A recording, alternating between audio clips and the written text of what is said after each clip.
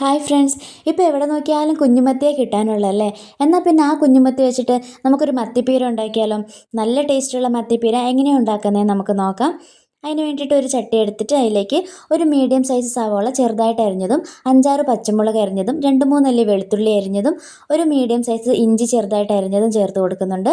പിന്നീട് അതിലേക്ക് കുറച്ച് കറിവേപ്പിലയും ആവശ്യത്തിനുള്ള ഉപ്പും ചേർത്ത് 2 ചുള കുടംപുളിയുടെ വെള്ളത്തിലിട്ട് വെച്ച കുടംപുളിയും വെള്ളത്തോട് കൂടി ചേർത്ത് കുറച്ച് വെള്ളം കൂടെ ഒഴിച്ച് ഈ ഉള്ളിയും പച്ചമുളകെല്ലാം ഒന്ന് നല്ലതായിട്ട് വെന്ത് വരുന്നത് വരെ വേവിക്കാൻ വെക്കണം. ഇനി അതിലേക്ക് നമുക്കൊരു അരപ്പിന് വേണ്ടിയിട്ട് അരമുറി തേങ്ങ ചിരകിയതും അതിലേക്ക് കുറച്ച് മഞ്ഞൾപ്പൊടി, ഒരു നുള്ളു മല്ലിപ്പൊടി, കുറച്ച് മുളക് പൊടി ഒരു കളറിന് വേണ്ടിയിട്ട് ചേർക്കുന്നുള്ളൂ. ഇതൊന്ന് ഒതുക്കിയെടുക്കാം, അരയ്ക്കണ്ട, ജസ്റ്റ് ഒന്ന് ഒതുക്കിയാൽ മതി. ഇനി നമ്മൾ വെന്ത് വന്നിരിക്കുന്ന അതിലേക്ക് ചേർത്ത് കൊടുത്തിട്ടൊന്ന് മൂടി വെച്ച് കൊടുക്കണം. ഇനി അതിലേക്ക് നമുക്കൊന്ന് മത്തി കഷ്ണങ്ങൾ ഇട്ട് കൊടുക്കാം. മത്തി കൂടി ഇട്ട് കൊടുത്ത് ഒരു 5 മിനിറ്റ് മൂടി വെച്ച് കഴിഞ്ഞാൽ ഇത് നന്നായിട്ട് വെന്ത് കിട്ടും. ഇനി നമുക്ക് മൂടി തുറന്ന് വെച്ചിട്ട് ഇതിലെ വെള്ളം ഒന്ന് വറ്റിച്ചെടുക്കാം.